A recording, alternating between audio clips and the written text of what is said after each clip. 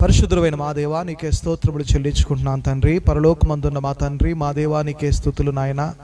మరి ఈ సమయంలో ఈ లాస్ట్ వెడ్నెస్డే నుంచి వెడ్నెస్డే వరకు మరి నీ కృపలో మమ్మల్ని జ్ఞాపకం చేసుకుని మాకిచ్చిన ఆరోగ్యాన్ని బట్టి, ఆయుష్ను బట్టి, చక్కని జీవితాన్ని బట్టి, స్వస్థతను బట్టి, విడుదలను బట్టి నీకు వందనాలు.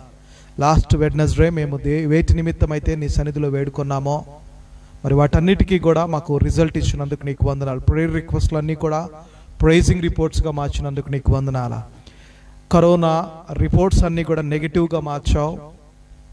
మరి ఎంతోమంది ఉద్యోగాలు లేని వారికి ఉద్యోగాలు ఇచ్చావు, ఇంక్రిమెంట్స్ ఇచ్చావు, కుటుంబాలలో సమాధానాన్ని ఇచ్చావు, నాలెడ్జ్ అండ్ విజ్డమ్ని ఇచ్చావు. మరి ఎన్నో ప్రభువా ఎన్నో అద్భుతాలు చేసావు. మేము అడిగినవన్నీ కూడా నువ్వు అనుగ్రహించావు. మాకు ఏది కూడా లేదు అనకుండా, కాదు అనకుండా ప్రతిదీ కూడా మాకు దయచేసావు. తల్లిలాగా తండ్రిలాగా మమ్మల్ని ఆదరిస్తూ నడిపిస్తూ మమ్మల్ని పోషిస్తున్న విధానాన్ని బట్టి నీకు వందనాలు ప్రభువా. మరొకసారి మమ్మల్ని ఈ వెడ్నెస్డే ఫాస్టింగ్ ప్రేయర్లో జ్ఞాపకం చేసుకోండి. ఈరోజు మరి అనేకమైన విజ్ఞాపనలతోటి, ఎందుకంటే మరి ప్రార్థనా విజ్ఞాపనలతో, కృతజ్ఞతాస్తుతులతో నా సన్నిధికి రమ్మన్నావు కదా. మరి అనేకమైన విజ్ఞాపనలతో వాటన్నిటికీ కృతజ్ఞతలు చెల్లించుకుంటూ ముందుగానే మీ సన్నిధిలోకి మేము వచ్చాం ప్రభువా. దయతో మమ్మల్ని జ్ఞాపకం చేసుకొని మరి మా మనవులను అంగీకరించి నీకు మహిమకరమైన జీవితాన్ని మాకు దయచేయమని, ఈరోజు మా ప్రేయర్ రిక్వెస్ట్లు అన్నీ కూడా ప్రైజింగ్ రిపోర్ట్స్గా మార్చమని, యేసుక్రీస్తు శక్తి కలిగిన నామంలో నీ దీనదాసునైన నన్ను నీ సిలువ చాటును మరుగుపరిచి నువ్వు అక్కడవే మహిమను, ఘనతను, ప్రభావాలను పొందుకోమని యేసయ్య నామంలో అడిగి వేడుకుంటూ ప్రార్థిస్తున్నాను తండ్రి. ఆమేన్. రైట్. దేవుని స్తోత్రం. మీ అందరికీ కూడా హృదయపూర్వక ధన్యవాదాలు తెలియజేసుకుంటున్నాను. మీరందరూ బాగున్నారని మీ నిమిత్తము మేము ప్రభు సన్నిధిలో నిత్యము కనిపెడుతున్నాం. సంఘం అంతటి కొరకు మేము ప్రార్థన చేస్తున్నాం. త్వరలోనే మనం కలుసుకునే రోజులు అతి సమీపంగా ఉన్నాయి కాబట్టి అప్పటి వరకు ఇన్ని రోజులు, ఇన్ని నెలలు ఓపిక పట్టిన మీరు అప్పటి వరకు కూడా ఓపిక పట్టి మరి అందరము కలుసుకొని సంతోషముతో ఆనందించే దినాలు అతి త్వరలో దగ్గరలో ఉన్నాయి కాబట్టి ఆ దినము కొరకు మనం ప్రభు సన్నిధిలో కనిపెట్టుకుని ఉందాం, ప్రార్థన చేస్తూ ఉందాం, కృతజ్ఞతాస్తుతులు చెల్లిద్దాం ఉందాం.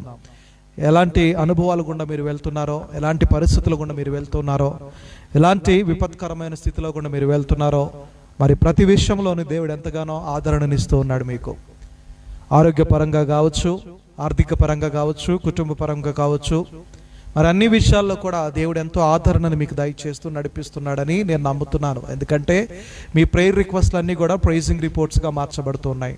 మీరు వేటి నిమిత్తం అయితే ప్రేయర్ చేస్తున్నారో మీ ప్రేయర్ రిక్వెస్ట్లు అన్నీ కూడా ప్రైజింగ్ రిపోర్ట్స్గా మార్చబడుతున్నాయి. అయితే ఈరోజు మీ ప్రార్థన ఎలా ఉండాలి అంటే కనుక మరి పరిసేడు ప్రార్థనలాగా ఉండద్దు కానీ సుంకరి ప్రార్థనలాగా ఉండాలని దేవుడు అంటున్నాడు. సుంకరి కనికరం కొరకు దేవుని వేడుకున్నాడంట. సుంకరి మరి పరిసేయుడు, సుంకరి వీరిరువురిలో వ్యత్యాసాన్ని దేవుడు చూపిస్తున్నాడు. పరిసేయుడు ఏ రీతిగా ప్రార్థన చేశాడు, సుంకరి ఏ రీతిగా ప్రార్థన చేశాడు. ఇద్దరు ఒక సమాజ మందిరానికి, దేవాలయానికి వెళ్ళి వాళ్ళు ఇరువురు ఏ రీతిగా ప్రార్థన చేశారు. There is a lot of difference in between. వారిద్దరి మధ్యలో కూడా చాలా డిఫరెన్స్ ఉన్నది. ఎంత అంటే ఏంటి డిఫరెన్స్ అంటే కనుక ధనవంతుడు దరిద్రుడు అని కాదు, ప్రార్థనలో వ్యత్యాసం ఉన్నది. ప్రార్థనలో చాలా డిఫరెన్స్ ఉన్నది వారి ఇరువురిలో కూడా. మరి ఏ ప్రార్థన మనకి ఇంపైనది, ఏ ప్రార్థన దేవునికి ఇంపైనది, ఏ ప్రార్థన దేవునికి అంగీకారమైనది ప్రార్థన చేస్తున్నాం. కానీ ప్రార్థనలో కూడా కొన్ని రకాలు ఉంటాయి. గొప్ప ప్రార్థన, దీర్ఘ ప్రార్థన, చిన్న ప్రార్థన, మరి శక్తితో కూడిన ప్రార్థన, సాధారణమైన ప్రార్థన, హెచ్చించుకునే ప్రార్థన, తగ్గింపు జీవితం కలిగిన ప్రార్థన. ఎన్నో ప్రార్థనలు ఉన్నాయి. బైబిల్ గ్రంథంలో చూసుకుంటే సుమారుగా దగ్గర 40 ప్రార్థనలు వరకు, 40 మంది ప్రార్థనలు మనకు బైబిల్ గ్రంథంలో ఓల్డ్ టెస్ట్మెంట్లో కానీ న్యూ టెస్ట్మెంట్లో కానీ మనం చూసుకుంటే 40 ప్రార్థనలు మనకు కనపడతాయి. పల సందర్భాల్లో పలు విధానాల్లో వారు ప్రార్థన చేసిన అనుభవాలు మనం అబ్రహాం కాలం నుంచి చూడగలుగుతూ ఉన్నాం. అబ్రహాం నుంచి మరి చివరి వరకు కూడా మనం ప్రకటన గ్రంథంలో వరకు చూసుకున్నట్లయితే నానా రకాలైన ప్రార్థనలు మనం చూడగలుగుతాం. అయితే ఏ ప్రార్థనకు దేవుడు అంగీకరిస్తాడు, ఏ ప్రార్థనకు దేవుడు జవాబిస్తాడు అన్న దాంట్లో మనం ఈరోజు వ్యత్యాసాన్ని తెలుసుకుంటూ ఉన్నాం. అయితే లూకా సువార్త 18వ అధ్యాయము, లూక్ గాస్పెల్ 18:9 నుంచి ఒకసారి మనం చదువుకుందాం. లూకా సువార్త 18వ అధ్యాయము లూకాసు వార్త 18వ అధ్యాయము 9వ వచనం నుంచి ఒకసారి చదువుకుందాం. తామే నీతిమంతులని తమ్ము నమ్ముకొని ఇతరులను తృణీకరించు కొందరితో ఆయన ఈ ఉపమానం చెప్పారు. చాలండి, చూద్దాము తర్వాత. తామే నీతిమంతులమనుకొని తమ్ము నమ్ముకొని ఇతరులను తృణీకరించు కొందరితో ఈయన ఉపమానము చెప్పాను అని చెప్పేసింది. ఈ రోజులలో ఇలాంటి వారు సాధారణంగా మనకి 160% మంది 70% మంది కనిపిస్తూ ఉంటారు. ఏంటి అంటే, మేం చేస్తున్నదే సరైన ప్రార్థన, మేము జీవిస్తున్న జీవన విధానమే సరైనది, అదే దేవునికి ఇష్టమైంది, మేము ఏ రీతికైతే ఉన్నామో ఇదే కరెక్టు అని వారిని వారు హెచ్చించుకుంటూ ఇతరులను తృణీకరిస్తున్న వారి గురించి ఈరోజు ఉపమానం దేవుడు మాట్లాడుతున్నాడు. హల్లెలూయా. తామే నీతిమంతులమని తమ్మును నమ్ముకొని ఇతరులను తృణీకరించు కొందరితో ఆయన ఈ ఉపమానము చెప్పెను. ఇతరులను తృణీకరించి, ఇతరులని మేమే కొంతమందిని చూస్తూ ఉంటాం, మాకంటే నీతిమంతులు లేరు, మాకంటే పరిశుద్ధులు లేరు, మేమే పరిశుద్ధులము, మేమే నీతిమంతులము అని చాలామంది ప్రలోభపడుతూ ఉంటారు. ప్రియ సహోదరి సహోదరుడా, తెల్ల బట్టలు వేసుకున్న ప్రతి ఒక్కరూ కూడా పరిశుద్ధులు కావాలని లేదు, పరిశుద్ధులు కారు. పైన వస్త్ర అలంకరణ కాదు దేవుడు చూసేది, హృదయ శుద్ధిని దేవుడు చూస్తూ ఉంటాడు. పరిశుద్ధత ఎక్కడ ఉండాలంట? బట్టల మీద కాదు పరిశుద్ధత ఉండాల్సింది. ఈరోజు నేను తెల్ల సుక్కా వేసుకున్నాను కాబట్టి నేను మాట్లాడట్లేదు, వైట్ షర్ట్ వేసుకున్నానని నేను చెప్పట్లేదు. ఫ్యాక్ట్ మాట్లాడుకున్నట్టయితే, ఉన్నది ఉన్నట్టు మనం మాట్లాడుకున్నట్లయితే గనక, తెల్ల వస్త్రాలు ధరించుకున్నంత మాత్రాన పరిశుద్ధులు అనటానికి లేదు, అలాని రంగు వస్త్రాలు ధరించుకొని సూటు బూటు వేసుకున్నంత మాత్రాన వీళ్ళు పరిశుద్ధులు కారు అనటానికి లేదు. చూడండి జాగ్రత్తగా. రంగు వస్త్రాలు ధరించుకున్న, కలర్ షర్ట్స్, కలర్ శారీస్, పట్టు చీరలు కట్టుకున్నంత మాత్రాన వాళ్ళు పరిశుద్ధులు కారు అని మనం అనటానికి వీల్లేదు.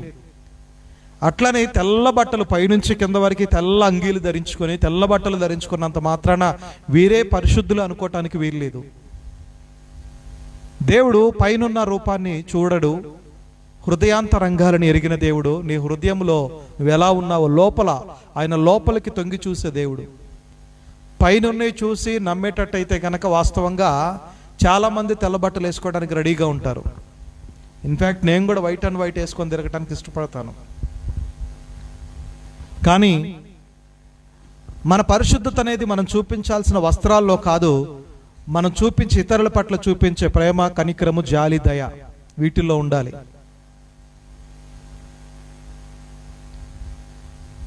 కొంతమంది ఉన్నారు, మా సంఘపు వాళ్లే పరిశుద్ధులు అంటారు, మా సంఘానికి సంబంధించిన వాళ్లే. మొన్న ఒక అతను పెట్టాడు, అతను ఒక యంగ్ పాస్టరే, ఏదో సంథింగ్ ఏదో పెట్టాడు, ఈ సంఘానికి this church is the way to heaven అని పెట్టాడు. మరి దేవుడే, క్రీస్తే మార్గము పరలోకానికి వెళ్ళటానికి, ఆయన ద్వారా తప్పించి మరి దేని ద్వారా కూడా అవకాశం లేదని చెప్తే ఆయన ఈ చర్చే పరలోకానికి వెళ్ళే మార్గం అని పెట్టాడు. అంటే అది చూడండి, అది ఎంత అంటే దేవుని వాక్యానికి విరుద్ధమైనది. అది పక్కాగా it is against to the God. ఈ చర్చి అంటే మా చర్చి ద్వారానే పరలోకానికి వెళ్తారంటే, అంటే మరి మీ చర్చి ద్వారానే వెళ్ళేటట్టయితే మిగిలిన చర్చిలు ప్రపంచంలో ఎందుకు? అవునా కాదా? So and so church is the way to heaven అని పెట్టాడు. ఆ చర్చి పేరు నేను సంబోధించడానికి ఇష్టపడలేదు. అతనికి కామెంట్ పెడదాం అనుకున్నాను నేను. సాధారణంగా నేను వేటికి కూడా ఎక్కువ రెస్పాండ్ గాను. జనరల్గా ఈవెన్ దో వాట్సాప్ గ్రూప్లలో కూడా, ఫేస్బుక్లలో కూడా నేను సాధారణంగా నా పోస్టులు నేను పెడుతుంటాను తప్పించి వేటికి కూడా సాధారణంగా రెస్పాండ్ గాను. ఎందుకంటే అది రైట్ ఉండని, రాంగ్ ఉండని, ఒకవేళ నా హృదయానికి నచ్చితే కనుక ఆమెనో, ఎస్ అనో, ఓకేనో ఏదో ఒక సింబల్ వేస్తాను అంతే. అన్నిటికీ రెస్పాండ్ అయితే నా దగ్గర ఒక 40 గ్రూపులు ఉన్నాయి నాకు. 40 గ్రూపుల్లో రెస్పాండ్ అవుతూ కూర్చుంటే నేను బైబిల్ చదవలేను, ప్రార్థన చేసుకోలేను, నా యథార్థమైన జీవితాన్ని నేను జీవించలేను, ప్రభు సన్నిధిలో నేను గడపలేను. కాబట్టి వాటన్నిటికీ రెస్పాండ్గా చూసి వదిలేస్తూ ఉంటాను నేను. అతను పెట్టాడు so and so church is the way to heaven అని పెట్టగానే నాకు ఒక్కసారిగా కలవరం వచ్చేసింది. ఇలాంటివి కూడా వస్తున్నాయి ఇంక బయటికి అని. ఇప్పటివరకు రాని కూడా వస్తున్నాయి. అంటే నేనే మార్గమును సత్యమును జీవమును అన్నాడు. నా ద్వారా తప్పించి ఎవరు కూడా తండ్రి యొద్దకు చేరలేరని యేసుక్రీస్తు ప్రభువారే స్వయాన యోహాను సువార్తలో బోధిస్తే, మరి ఈ వ్యక్తి ఏమో my church is the way to heaven అన్నాడు. రిప్లై పెడదాం అనుకోని కూడా నేను మరి పెట్టకుండా నేను ఆగిపోయాను. ఎందుకంటే తీర్పు తీర్చడానికి నేను ఎవరిని? అది తప్పు కావచ్చు, ఒప్పు కావచ్చు, నేను తీర్పు తీర్చడం. ఒకవేళ నేను అతని గురించి నేను ప్రార్థన చేశాను 1 నిమిషం పాటు. ఏమని? ప్రభువా, ఇతడు నేనే నీతిమంతుడిని, నా చర్చి ఉన్న వాళ్ళే నీతిమంతులని ప్రలోభపడుతున్నాడేమో, తనకి తాను అనుకుంటున్నాడేమో. మరి పరిసేళ్లాగున్నాడు ఇతను కూడా. దయతో అతని యొక్క మనసును మార్చు, ఆ సంఘం యొక్క స్థితిని మార్చు అని చెప్పేసి ప్రార్థన చేసుకున్నా. కానీ నేను ఎప్పుడూ కూడా ఎవరిని జడ్జ్ చేయలేదు. మీరు చేస్తుంది రాంగు, మీరు ప్రకటిస్తున్నది రాంగు, మీరు చెప్తున్నది రాంగ్ అని నేను చెప్పను. ఎందుకంటే న్యాయ అన్యాయాలు తీర్చువాడు ఆయనే. దాని గురించి నేను కామెంట్ చేయాల్సిన అవసరం లేదు. ఒకవేళ ఇఫ్ యు నో ఆల్సో దాని గురించి ప్రార్థన చేయి, దాని గురించి కామెంట్ చేయాల్సిన అవసరం లేదు. ఎందుకంటే మన కంట్లో దూలం పెట్టుకొని ఎదుటివారి కంట్లో నలుసును తీయాలనుకోవటము అది చాలా దౌర్భాగ్యపు పని. మన జీవితాలు సరిగా లేవు, మన బ్రతుకులు సరిగా లేవు, మనకంటూ ఒక హోదా లేదు, మనకంటూ దేవుని ఎదుట ఒక స్థానం లేదు. మనం ఇంకొకరిని ఎలా తీర్పు తీర్చగలుగుతాం? మనకే అడపాదడపా తెలుసు, మనకే పూర్తి నాలెడ్జ్ లేదు, లేకుండా ఇతరులకు మనం ఎలా తీర్పు తీర్చగలుగుతాం కదా? కాబట్టి చూసుకోండి.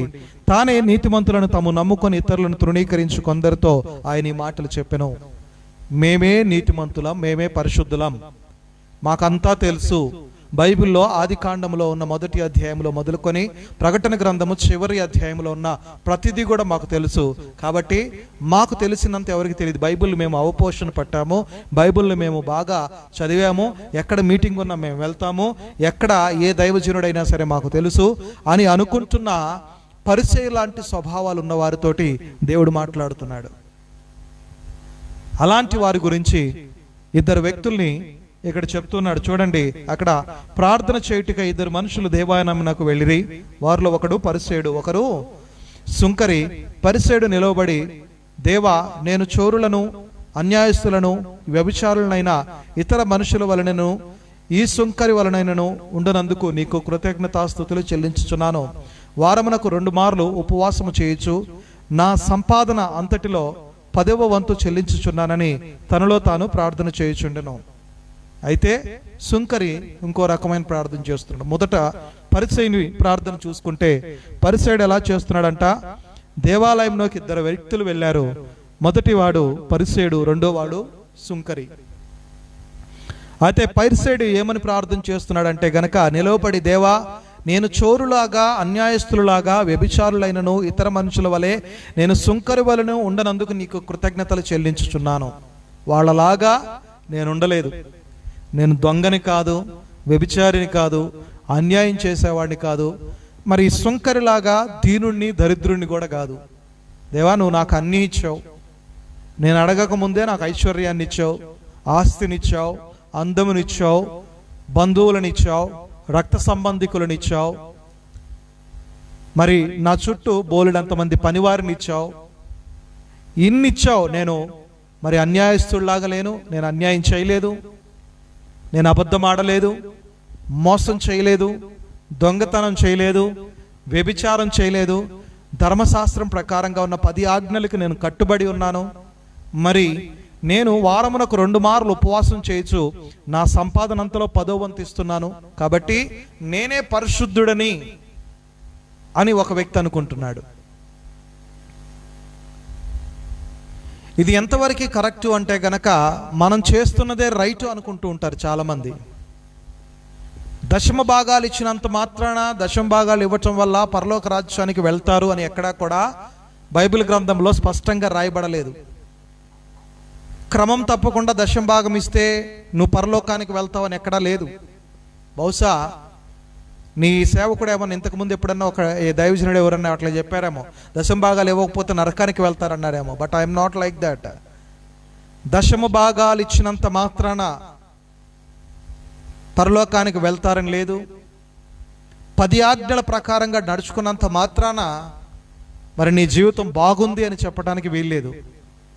ఇవన్నీ చేసి ఇతరులను ప్రేమించలేకపోతే అది దౌర్భాగ్యపు స్థితి. ఎందుకంటే యేసుక్రీస్తు ప్రభువారు అన్నారు, నిన్ను వలె నీ పొరుగు వారిని ప్రేమించమని. నువ్వు పర్లేదు, దొంగవి కాదు, వ్యభిచారివి కాదు, అన్యాయస్తుడివి కాదు, మోసగాడివి కాదు, దేవుని సొమ్ముని దొంగలించిన వాడివి కాదు, మరి అన్ని విధాలుగా పర్ఫెక్ట్గా ఉన్నావు. కానీ నిన్ను నువ్వు హెచ్చించుకుంటున్న స్థానంలో ఉన్నావు. ఇక్కడ అంటున్నాడు కదా, దేవా నేను చోరులను, అన్యాయస్తులను, వ్యభిచారులు, ఇతర మనుషుల వలనను ఈ సుంకరు వలనే ఉండినందుకు నీకు కృతజ్ఞతలు చెల్లిస్తున్నాను. అంటే ఇంత భయంకరమైన స్థితి నాకు ఇవ్వనందుకు నీకు కృతజ్ఞతలు చెల్లిస్తున్నాను. నేను వారానికి 2 మార్లు ఉపవాసం చేస్తూ నా సంపాదన అంతట్లో 10వ భాగము 10వ వంతు నీకు మందిరానికి చెల్లిస్తున్నాను. కాబట్టి నేను యథార్థవంతుడని అనుకోవటానికి ఎక్కడ కూడా అవకాశాలు లేవు. మొట్టమొదటిగా మనకు కావాల్సింది ఏంటంటే తగ్గింపు జీవితం మనకు కావాలి. దేవుని ఎదుట నీకు నాకు ఉండవలసింది ఏంటంటే, నువ్వెంత గొప్పవాడివైనా, నువ్వెంత ఉద్యోగస్తుడివైనా, నువ్వు సాఫ్ట్వేర్ ఇంజనీర్ కావచ్చు, డాక్టర్వి కావచ్చు, ఐఏఎస్ కావచ్చు, ఐపీఎస్ కావచ్చు, పొలిటీషియన్ కావచ్చు, బిజినెస్ మ్యాన్ కావచ్చు, గవర్నమెంట్ ఉద్యోగస్తుడు కావచ్చు, ప్రైవేట్ ఉద్యోగస్తుడు కావచ్చు, నువ్వు పాచి పని చేసుకునే వ్యక్తివి కావచ్చు, ఎవరైనప్పటికీ కూడా నీలో ఉండవలసింది ఏంటంటే గర్వముతో కూడిన అహంభావన ఉండకూడదు నీలో. నాకేం తక్కువ, నాకు నాలెడ్జ్ ఉంది, నాకు సాలరీ ఉంది, నాకు మంచి పొజిషన్ ఉంది, నాకు ఇల్లు ఉంది, నాకు అది ఉంది, ఇది ఉంది, నేను చిటికేస్తే బోలెడంత మంది పనివాళ్ళు వస్తారు, నేను గొప్పవాడని, నాకు తెల్ల బట్టలు ఉన్నాయి, మరి నాకు బోల్డంత బంగారం ఉంది, బ్యాంకు బ్యాలెన్స్ ఉంది, ఉండటానికి ఇల్లు ఉంది, తిరగటానికి కారు ఉంది, నడవటానికి కాళ్ళు ఉన్నాయి. ఇవి కాదు మనకు కావాల్సింది. నీకు కావాల్సింది తగ్గింపు జీవితం. పరిసయ్యుని ప్రార్థన ఎందుకు దేవుడు అంగీకరించలేదంటే, తాను గొప్ప, మరి తన్ను తాను హెచ్చించుకోవటం మొదలుపెట్టాడు. పరిసయ్యుడి ప్రార్థన ఎందుకు దేవుడు అంగీకరించలేదంటే, ఎందుకు ఈ ఇద్దరి మధ్యలో వ్యత్యాసాన్ని చూపిస్తూ ఎవరి ప్రార్థన ఇంపైన ప్రార్థన, ఎవరి ప్రార్థన దేవునికి ఇష్టమైన ప్రార్థన అని చెప్పేసి పరిసయ్యుని గురించి చెప్తున్న మాటలు ఏంటంటే, పరిసయ్యుడు నిలువుటంగీలు వేసుకొని తలపాగా పెట్టుకొని చక్కగా మరి మందిరానికి వెళ్ళి నిలవబడి ప్రార్థన చేస్తూ ఉంటారు. ఏమనంటే గనక, అయ్యా దేవా, మరి వాళ్ళలాగా వీళ్ళలాగా నన్ను ఉంచలేదు, వాళ్ళ వలే వీళ్ళ వలే నన్ను ఉంచలేదు, నాకు కావలసినవన్నీ నువ్వు ఇచ్చావు, సరిపడంత ధనాన్ని ఇచ్చావు, మంచి కుటుంబాన్ని ఇచ్చావు, మరి అన్నీ కూడా నాకు ఇచ్చావు, కాబట్టి నీకు కృతజ్ఞతలు చెల్లిస్తున్నాను. నేను ఉపవాసం ఉన్నాను, ఇవన్నీ ఇచ్చావు కాబట్టి నేను 2 రోజులు ఉపవాసం ఉంటున్నాను వారానికి, ఇవన్నీ ఇచ్చావు కాబట్టి నేను 10వ భాగం ఇస్తున్నాను, కాబట్టి నీకు కృతజ్ఞతలు చెల్లిస్తున్నాను అన్నది అది అతని మరి అతిశయోక్తిలాగా కనపడుతున్నది. అంత మాత్రమే కాదు, అతని గర్వానికి సాదృశ్యంగా కనపడుతుంది. అది దేవునికి ఏమాత్రం కూడా ఇష్టం లేదు. అయితే కింద పరిసయ్యుని గురించి సుంకరి గురించి చెప్తూ ఉన్నాడు ఒక మాట. అయితే సుంకరి దూరముగా నిలుచుండి ఆకాశం వైపు కనులెత్తుటకైనను ధైర్యము చాలక రొమ్ము కొట్టుకొనుచు, దేవా పాపినైన నన్ను కరుణింపుమని పలికెను. అతని కంటే ఇతడు నీతిమంతుడిగా తీర్చబడి తన ఇంటికి వెళ్ళనని మీతో చెప్పుచున్నాను. తన్ను తాను హెచ్చించుకున్నవాడు తగ్గింపబడిననియు, తన్ను తాను తగ్గించుకున్నవాడు హెచ్చింపబడిననియు చెప్పెను అని చెప్పేసింది. ఎందుకంటే నీతిమంతుడు ఒక్కడూ లేడు. అందరూ పాపం చేసి దేవుడు అనుగ్రహించి మహిమను పొందలేకపోతున్నారు. ఒక్కడు కూడా నీతిమంతుడు లేడు. ఈ పరిసయ్యుడు ఏమంటున్నాడంటే, నేను నీతిమంతుణ్ణి, దొంగని కాదు, దరిద్రుణ్ణి కాదు, వ్యభిచారిని కాదు, అన్యాయస్తుడిని కాదు, నేను నీతిమంతుడిగా ఉన్నాను, 10వ భాగాలు కూడా ఇస్తున్నాను, నేను నీతిమంతుడిగా ఉన్నాను, మరి అన్నీ కూడా ఉపవాసాలు కూడా ఉంటున్నాను అని చెప్పేసి అంటున్నాడు. అయితే ప్రభు చెప్తున్న మాట ఏంటంటే గనక, రోమీయులకు రాసిన పత్రికలో కూడా అపోస్తులుడైన పౌలు అంటున్నాడు కదా, నీతిమంతుడు ఒక్కడు లేడు, అందరూ పాపం చేసి దేవుడు అనుగ్రహించి మహిమను పొందలేకపోతున్నాడు. ఎవడూ లేడు నీతిమంతుడు అని, ఆయన ఒక్కడు తప్పించి ఎవరు కూడా నీతిమంతుడు కారు. అయితే ఈ సుంకరి ప్రార్థన విన్నప్పుడు దేవునికి ఆశ్చర్యం కలిగింది. ఏమని ప్రార్థన చేస్తున్నాడంటే, అయితే సుంకరి దూరముగా నిలుచుండి ఆకాశం వైపు కనులెత్తుటకైనను, ఆకాశం వైపు కనులెత్తుటకైనను ధైర్యము చాలక రొమ్ము కొట్టుకొనుచు దేవా పాపినైనా నన్ను కరుణించుము అని పలికెను అని చెప్పేసి రాయబడి ఉంది. పాపులము మనమంతా కూడా, పాపం చేసి మరి దేవుడు అనుగ్రహించి మహిమను పొందలేకపోతున్న వారమే మనమంతా కూడా. పాపపు జీవితంలో మనం జీవిస్తున్నాం. దుమ్ములో మరి ఇటు సైడ్ మనం ఆ గోదావరి కానీ బెల్లంపల్లి ప్రాంతాల్లోకి వెళ్తే కనుక, అటు సైడ్ ప్రాంతాల్లోకి వెళ్తే అక్కడ బొగ్గు గనులు ఉంటాయి. ఒకరోజు మా సహోదరి పెళ్లి కొరకు నేను అటుగా వెళ్ళాను. అటు వెళ్ళినప్పుడు మాది ఒక వైట్ కార్ ఉన్నది. అప్పుడు పెళ్లికి బయలుదేరేటప్పుడు శుభ్రంగా కారును కడుక్కొని నీట్గా తెల్లగా మెరిచిపోయేటట్టు కడుక్కొని బయలుదేరాము. ఆ ప్రాంతం గుండా వెళ్తూ ఉంటే కనుక ఆ బొగ్గు గనుల్లో నుంచి ఆ పొగ, దట్టమైన పొగ వస్తుంది. మార్గం అంతా కూడా నల్లటి పొగ వస్తూ ఉంది. ఆ ధూళి కూడా నల్లటి ధూళి. అది అతిగా వెళ్తున్నప్పుడు పెళ్లి మండపానికి వెళ్ళేసరికి చూసేటప్పటికి, పెళ్లి జరుగుతున్న ప్రాంతానికి వెళ్ళి చూసేటప్పటికి కారు నల్లగా అయిపోయింది, మసిగొట్టుకుపోయింది. ఏంటి అంటే గనక ఆ ప్రాంతం గుండా ప్రయాణించాము. ఆ ప్రాంతం గుండా తెల్ల చొక్కా వేసుకొని ఎవరు ప్రయాణించినా సరే తెల్ల చొక్కా నల్లగా అయిపోయింది. తెల్ల కారు వేసుకొని ఎవరు వెళ్ళినా సరే తెల్ల కారు నల్లగా అయిపోయింది. కాబట్టి మరి ఆ ప్రాంతం గుండా వెళ్ళాము. ఈ పాపపు లోకంలో మనం జీవిస్తున్నాం కాబట్టి కొద్దో గొప్ప పాపం మనకు కూడా అంటుకుంటూ ఉంటుంది. అందుకే పాపము చేసి దేవుడు అనుగ్రహించు మహిమని మనం ఎవరూ కూడా పొందలేకపోతున్నాం. ఈ పరిసైడేమో నేను పాపినే కాదు, నేను నీతిమంతుడని డైరెక్ట్గా చెప్పట్లేదు, కానీ నేను దొంగని కాదు, వ్యభిచారిని కాదు, అన్యాయస్తుడిని కాదు, దశం భాగాలు ఇస్తున్నాను, అన్నీ చేస్తున్నాను, నేను పరిశుద్ధండి అని చెప్పేసి అంటున్నాడు. కానీ సుంకరి మాత్రం దేవుని మందిరంలో ఆకాశం వైపు కనులెత్తుటకైనను ధైర్యము చాలక రొమ్ము కొట్టుకొనుచు దేవా ఈ పాపిని కరుణించుము అని ప్రార్థన చేస్తూ ఉన్నాడంట. అది తగ్గింపు కలిగిన ప్రార్థన. ఈరోజు మనం ఎంత ఉన్నా కానీ మనము దేవుని ఎదుట తగ్గింపు కలిగి ఉండాలి. నువ్వెంత గొప్పవాడివైనా, సీఎం అయినా పిఎం అయినా ఎవరైనా సరే మరి దేవుని యొద్దకు వచ్చినప్పుడు సాధారణమైన మనిషే. నువ్వు బయట కావచ్చు, ఇంట్లో కావచ్చు, నువ్వు గొప్పవాడు అయి ఉండొచ్చు, కానీ దేవుని మందిరములోకి వచ్చినప్పుడు అందరూ సర్వసాధారణమైన వారే. There is no difference in between God's presence. దేవుని సన్నిధిలో మరి ఏ వ్యత్యాసము లేదు. ఎందుకు అంటే కనుక నేను విన్నాను, ఒక మందిరంలో గొప్పవారు ఒకవైపు, పేదవారు ఒకవైపు కూర్చుంటారంట. అది విజయనగర్ కాలనీలోనే ఆ మందిరం కూడా. మన దౌర్భాగ్యానికి ఆ మందిరం కూడా విజయనగర్ కాలనీలోనే ఏడ్చింది. గొప్పవారికి ఒక స్థానము, పేదవారికి ఒక స్థానం. గొప్పవారు ఒకవైపు, పేదవారు ఒకవైపు కూర్చోవాలంట. ఇది ఎక్కడ రూలు? సమస్త మానవాళి కొరకు ఆయన వచ్చాడు. నా మందిరము సమస్త ప్రజలకు ప్రార్థనా మందిరం అన్నాడు. అందరికీ, దాంట్లో గొప్పవారికి ప్రార్థనా మందిరము, పేదవారికి ప్రార్థనా మందిరము అని ఎక్కడా కూడా లిఖితపూర్వకంగా బైబిల్లో మనం ఎక్కడా కూడా చూడలేదు. అది ప్రతి ఒక్కరికి కూడా ప్రార్థనా మందిరమే అన్నాడు. కాబట్టి everybody equal in the presence of God. అందరూ కూడా సాధారణమైన వారే. అక్కడికి వెళ్ళినప్పుడు అందరికీ కూడా ఒకటే రీతి ట్రీట్మెంట్ ఉంటుంది. దైవజనుడు గొప్పవారు మీరు ఈ వాక్యాన్ని రాసుకోండి, బీదవారు ఈ వాక్యాన్ని రాసుకోండి అని దైవజనుడు విడమర్చి వీళ్ళకి డిఫరెన్స్గా చెప్పడం, అందరికీ సమానమైన వాక్యాన్ని అందిస్తాడు. కాబట్టి మనుషుల్లోనే వ్యత్యాసాన్ని చూసుకుంటున్నారు. కానీ ఎవరైతే తగ్గింపు జీవితం కలిగి ఉంటారో, అయ్యా నేను పాపిని, నన్ను కరుణించు, నేను నీ దగ్గరికి రావటానికి కూడా అర్హుడిని కాదు. ఈరోజు మనం జీవిస్తున్న ఈ జీవితము, నువ్వు ఉంటున్న ఇల్లు, నువ్వు ఉండటానికి కూడా అర్హత లేని వ్యక్తివి అయినప్పటికీ దేవుడు నిన్ను అర్హుడిగా మార్చాడు. నేను ఎప్పుడూ చెప్తుంటాను, ఐఎమ్ నాట్ వర్తీ. నేను దేవుని సేవ చేయటానికి అర్హుడిని కానే కాదు ఎట్టి పరిస్థితుల్లోనూ. నేను కానీ, నా భార్య కానీ, నా బిడ్డలు కానీ, నా కుటుంబం కానీ దేవుని సేవ చేయటానికి మేము అర్హులము కాదు. మేమేమాత్రం కూడా అర్హత, యోగ్యత లేని వారము. We don't have any authorities. మాకేమాత్రం కూడా అర్హత లేదు. మేము పాపులము. పాపపు జీవితాల్లో దేవుడు మహిమను కూడా పొందుకోలేని దౌర్భాగ్యపు స్థితిలో మేము ఉన్నాము. ఆయన దగ్గరికి వెళ్ళి కూడా మేము ఆయన సన్నిధిలో కూర్చొని ప్రార్థించే అంత గొప్ప ధన్యత కూడా మా జీవితంలో లేదు. కానీ దేవుడు తన కృప ద్వారా మమ్మల్ని ఏర్పాటు చేసుకున్నాడు అంతే. ఫర్ హిస్ కింగ్డమ్ ఎక్స్పాన్షన్ కొరకు, ఆయన యొక్క మరి ఆయన యొక్క రాజ్య విస్తరణ కొరకు మమ్మల్ని ఏర్పాటు చేసుకున్నాడు అంతే. వాస్తవానికైతే మేము అర్హులము కాదు.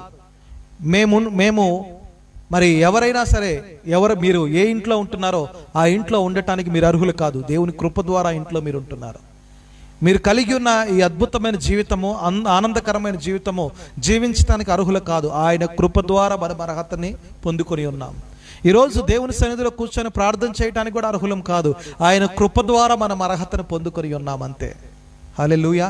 కాబట్టి మనలో ఉండవలసింది తగ్గింపు. నాకేం తక్కువ, నాకు ఇంగ్లీష్ వచ్చు, తెలుగు వచ్చు, హిందీ వచ్చు, తమిళ్ వచ్చు, మలయాళం వచ్చు, 10 లాంగ్వేజెస్ మీద నాకు పట్టుంది, నేను అన్నీ చేయగలుగుతాను, నాకు అసాధ్యమైంది ఏదీ లేదు, నాకు సాధ్యమే, అన్నీ సాధ్యమే, నేను ఏదైనా చేయగలను అని విర్రవీగావనుకో, ఒకరోజు మొత్తం పడేస్తాడు దేవుడు నిన్ను తీసుకెళ్ళి. కుప్పతొట్టులో పడిపోతావు, దేనికి పనికి రాకుండా. నాకేం తక్కువ అని మాత్రం ఎప్పుడు అనుకోవద్దు. ఎంత ఉన్నప్పటికీ నువ్వు కోటీశ్వరరాలైనా, బిలియనీర్ అయినా సరే, మిలియనీర్ అయినా సరే, ఎవరైనప్పటికీ కావచ్చు, నువ్వు దేవుని ఎదుట సాధారణమైన వ్యక్తివే. నేను ఎంతటి వాడినైనా సరే దేవుని ఎదుట మరి కింద కూర్చోవలసిన గర్వంతో పైన కూర్చున్న వ్యక్తిని కాదు. నేను దేవునితో సమానంగా ఒక కుర్చీ వేసుకొని కూర్చోవటానికి నాకేమాత్రం కూడా అర్హత లేదు. ఆయన పాదాల దగ్గర నా జీవితం అంతా కూడా, నా జీవితం, నా కుటుంబ జీవితం అంతా కూడా ఆయన పాదాలకి అంకితం. ఆయన పాదాల దగ్గరే ఆయన సేవ చేసుకుంటూ నేను బ్రతకాల్సిందే. నేను ఏమాత్రం కూడా మరి హర్షించటానికి కానీ, ఏమాత్రం కూడా నన్ను నేను హెచ్చించుకోవటానికి నేను అర్హుణ్ణి కాదు. అందుకే పురుగు వంటి యాకోబు అన్నాడు. మనం కూడా పురుగుల్లాంటి వాళ్ళమే, పురుగుల్లాంటి జీవితాలు మనం. ఎంత ఇట్లా అంటే ఊరక ఉప్పనూతో ఎగిరిపోతాం, నలిపేస్తే నలిగిపోతాం.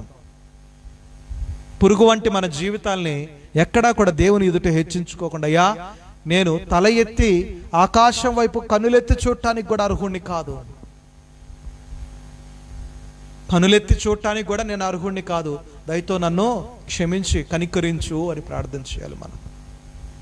ఈరోజు నేనేమై ఉన్నానో అదంతా నీ దయ వలనే. వాట్ ఐ యామ్ టుడే, ఈరోజు నేనేమై ఉన్నానో బికాస్ ఆఫ్ యూ, నీ దయ వలనే. ఈరోజు నేనేమై ఉన్నాను, ఒక ముద్ద తినగలుగుతున్నాను, మంచి వస్త్రాలు వేసుకోగలుగుతున్నాను, చక్కటి జీవితాన్ని జీవించగలుగుతున్నాను. ఈ కరోనా టైంలో కూడా మరి సుఖంగాను, సమాధానంగాను, ఐశ్వర్యముగా నేను బ్రతకగలుగుతున్నానంటే బికాస్ ఆఫ్ యూ ఓన్లీ. నీ వలనే, నీ కృప ద్వారానే. Nothing more than that. దానికి మించి ఏది కూడా లేదు ప్రభువా. నాకున్న ఉద్యోగం, ఐశ్వర్యము, ఆస్తి, అంతస్తులు, బిడ్డలు, భార్య, పిల్లలు, భర్త, కుటుంబము, ఇల్లు, కారు, బండి, అన్నీ ఏదైనా సరే ఏదైనప్పటికీ నీ దయ వలనే అని మనం దేవుని ఎదుట తగ్గింపు జీవితం కలిగి ఉన్నప్పుడు చూడండి. అందుకే అంటున్నాడు కదా, తనని తాను తగ్గించుకున్నవాడు హెచ్చింపబడును, మరి హెచ్చించుకున్నవాడు తగ్గించబడును అని చెప్పేసి రాయబడింది. ఎవడైతే హెచ్చించుకుంటాడో, నాకేం తక్కువ అని హెచ్చింపు జీవితం కలిగిన వాడు మరి ఏమైపోతాడంట, తగ్గింపబడతాడు. ఒకరోజు వాడి జీవితము శూన్యమైపోతుంది. నాకే అంతా తెలుసు అని చెప్పేసి అనుకునేవాళ్ళు. కానీ ఎప్పుడైతే మనం తగ్గించుకుంటామో, అయ్యా నాకేమీ తెలియదు. కొంతమంది దైవజనులు నేను చూస్తూ ఉంటాను, వాళ్ళని చూసినప్పుడు నాకు చాలా ఆశ్చర్యము. వాళ్ళలాంటి జీవితం కలిగి ఉండాలని నేను ఆశపడతా. ఏది వాళ్ళ కారులో తిరగాలని, సూట్ వేసుకోవాలని కాదు, వాళ్ళ ఒబీడియన్స్ చూసినప్పుడు. ఫర్ ఎగ్జాంపుల్ కేవీ పాల్ గారు, తెరిసా పాల్ గారి హస్బెండ్ కేవీ పాల్ గారిని చూసినప్పుడు నాకు చాలా మరి ఎంతో, ఆయన చూసినప్పుడు అలాంటి, మరి ఆయన కోటీశ్వరుడు అయినప్పటికీ ఆయన ఒక మంచి గ్రేట్ బిజినెస్ మ్యాన్. ఆయనకి ఆస్తులకి 5 స్టార్ హోటల్స్ ఉన్నాయి, రిసార్ట్స్ ఉన్నాయి, అన్నీ ఉన్నాయి, వాళ్ళకి పెద్ద పెద్ద బంగ్లాలు ఉన్నాయి. అయినప్పటికీ కూడా మనం తీసుకొచ్చి మరి ఎక్కడ కూర్చోబెడితే అక్కడ కూర్చుంటాడు. దేవుని కొరకు తగ్గింపు కలిగిన వ్యక్తి. ఆయన చూసినప్పుడల్లా నాకు అనిపిస్తుంటుంది, ప్రభువా అంతటి తగ్గింపు నాకును నేర్పించని, నాకును కూడా అంతటి తగ్గింపు నేర్పించు అని చెప్పేసి నేను అడుగుతూ ఉంటాను. ఎస్, డెఫినెట్లీ నేను కూడా అంత తగ్గింపు జీవితం కలిగి ఉండాలని ఆశపడుతున్నా. మీరు దేవుని ఎదుట తగ్గింపు జీవితం కలిగి ఉన్నప్పుడు మీరు ఆశీర్వదింపబడతారు. పరిసేయుడిలాగా మనం ఉండొద్దు, సుంకరిలాగా ఉందాం మనం. పరిసేయుడు లాంటి ప్రార్థన మనం చేయొద్దు. సుంకరిలాగా నేను పాత్రుడని కాదు అన్న ప్రార్థన చేద్దాం. ఐఎమ్ నాట్ వర్తీ, నేను పాత్రుడిని కాదు, నీ కృపను పొందుకోవటానికి కూడా నేను పాత్రుడిని కాదు, నీ దయని, కరుణని, కనికరమును పొందుకోవటానికి కూడా నేను పాత్రుడిని కాదు. దయతో నన్ను క్షమించు ప్రభువా, నేను నీ పాపం చేసి ఉన్నానని నువ్వు ఎప్పుడైతే దేవుని సన్నిధిలో మరి కన్నీరు కారిసి దేవుని ఎదుట అడుగుతావో ఆ దినము మొదలుకొని దేవుడు నిన్ను హెచ్చించడం మొదలు పెడుతుంటాడు. హల్లెలూయా. ప్రార్థన చేసుకుందాం. పరిశుద్ధమైన మా దేవానికే స్తోత్రం చెల్లించుకుంటున్నాను. పరిసయ్యుని వలె మరి ఎవరు కూడా నాయన సాల్వేషన్ మినిస్ట్రీస్లో ఉన్న ఎవరు కూడా పరిసయ్యులాగా ఉండటానికి వీల్లేదు. పరిసయ్యుని స్వభావము, పరిసయ్యుని లాంటి ప్రార్థన తీరు ఎవరికి ఉండటానికి వీల్లేదు. యేసుక్రీస్తు నామంలో ప్రతి ఒక్కరు కూడా నాయన సుంకరిలాగా, సుంకరి ఎలాంటి తగ్గింపు జీవితం కలిగి ఉన్నాడో అట్టి సుంకరి ప్రార్థనని నాయన మా అందరికీ నేర్పించండి. అట్టి తగ్గింపు స్వభావాన్ని కూడా మాకు నేర్పించి ప్రభా, ప్రియబిడ్డలందరినీ ఆశీర్వదించి దీవించి నాయన వారిని ప్రభా ఇదిగో తండ్రి నీ కృప ద్వారా వారిని జ్ఞాపకం చేసుకొని వారికి ఆరోగ్యాన్ని, శక్తిని, బలమును, సమృద్ధి అయిన జీవాన్ని దయచేయమని యేసయ్య నామములో అడిగి వేడుకొంటూ ప్రార్థిస్తున్నాను తండ్రి. ఆమేన్, ఆమేన్, ఆమేన్.